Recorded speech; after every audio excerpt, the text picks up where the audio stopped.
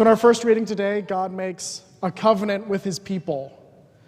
So who can tell me what a covenant is? No? Yeah?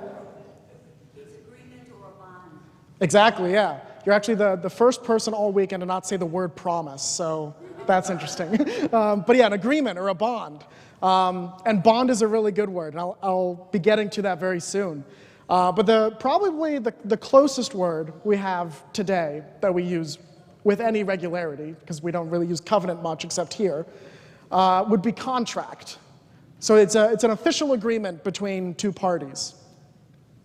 But it's actually even more than just a contract. It's, especially the one that God is making here, is more direct. It's more specific. So this one is kind of more of an alliance. So God says that he's going to make the Israelites a nation of priests. But the notion of a nation back in this time was very different from our notion today. So today, a nation is a geographical territory where people live. And if an alliance is made between two nations, then that means essentially if someone invades your borders, then I'll come and protect you. But the Israelites were a nomadic people. And everyone in that whole region was nomadic. So no one really settled in one place. People didn't have territory the same way that we do. There were some walled-in cities, but by and large, the people wandered from place to place depending on where the weather was good, where the harvest was good. And so how do they define nation then? If they didn't have territory to protect, what was it? And the answer is that people's first obligation was not to their territory, but to their nation as a family. And so if you had family over there, extended family, and they got attacked, then you would go and help them out. And so an alliance is not just two geographical political entities agreeing not to hurt one another and agreeing to help one another. And in fact, this covenant isn't just an alliance or a contract. This covenant is an adoption. It's a family bond.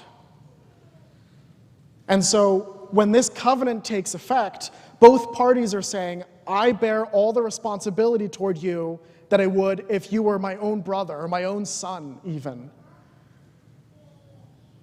And so that's why in our gospel today, Jesus tells his disciples, who at this point are all Jewish, his 12 apostles, he tells them not to go into pagan territory. And why is this? It's not because he wants to exclude the pagans, which by the way includes, I think, all of us here, unless anyone here is of Jewish heritage.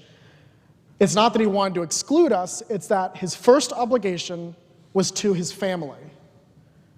And his family was God's family, the Israelites. And so first, he proclaimed to them that the kingdom of God was at hand.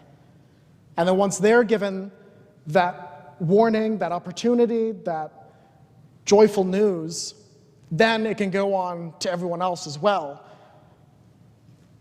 There's an interesting bit where in some of these ancient rituals of covenant, of becoming family, in order to mark that we are family now, we're related by blood. And so the two people involved would actually drink one another's blood to show, I'm consuming your blood runs through my veins, we're family. We have that connection. And so today, we come to the altar and we consume the body and blood of Christ. He claims us within his family. And this helps explain what St. Paul was talking about in his letter. He mentions that it's really hard for us to die for someone. Obviously, none of us wants to die. But if we meet someone who's good enough and who's just enough, then we might be able to say to them, I would die for you. I believe in you so much and your cause that I would be willing to even die for you. But not all of us are just. In fact, none of us are truly just. We can all think of things that we've done in our lives, perhaps even in this week, that we are ashamed of, that we wish God didn't know about, but he does. And even though he knows about those things, even though he knows just how unjust all of us are, he was willing to die for us. What did he see in us that let him sacrifice everything? And the answer is family. Because I think a lot of us have experiences where we're willing to sacrifice for our family, even if we know they don't really deserve it. We have experiences of giving things up for our children, for our parents, for our brothers and sisters, for our aunts and uncles and cousins and whoever else we may have sacrificed for, not because they deserved it, because of who they were, but because they deserve it because of who they are to us. And that's what led Jesus to be able to sacrifice himself for us, because he knows who our Father is in heaven and who his Father is. And so today, we celebrate the fatherhood of God, but also the fatherhood of many here. It's Father's Day here in America, and it's an opportunity for us to be thankful to God for his sacrifice to us every single day, and especially here at the altar. And it's also an opportunity to be thankful for our own fathers here on earth, who emulate that self-sacrifice.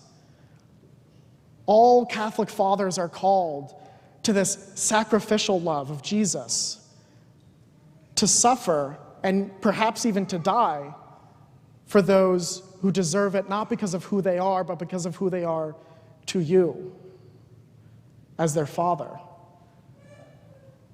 And so today, let's pray in thanksgiving to God, our Heavenly Father, and also for our earthly fathers, for showing us that divine love, that love of sacrifice, which God is willing to go through for us. So now I'd like to ask all the fathers here to stand, and I'll give us all a Father's Day blessing.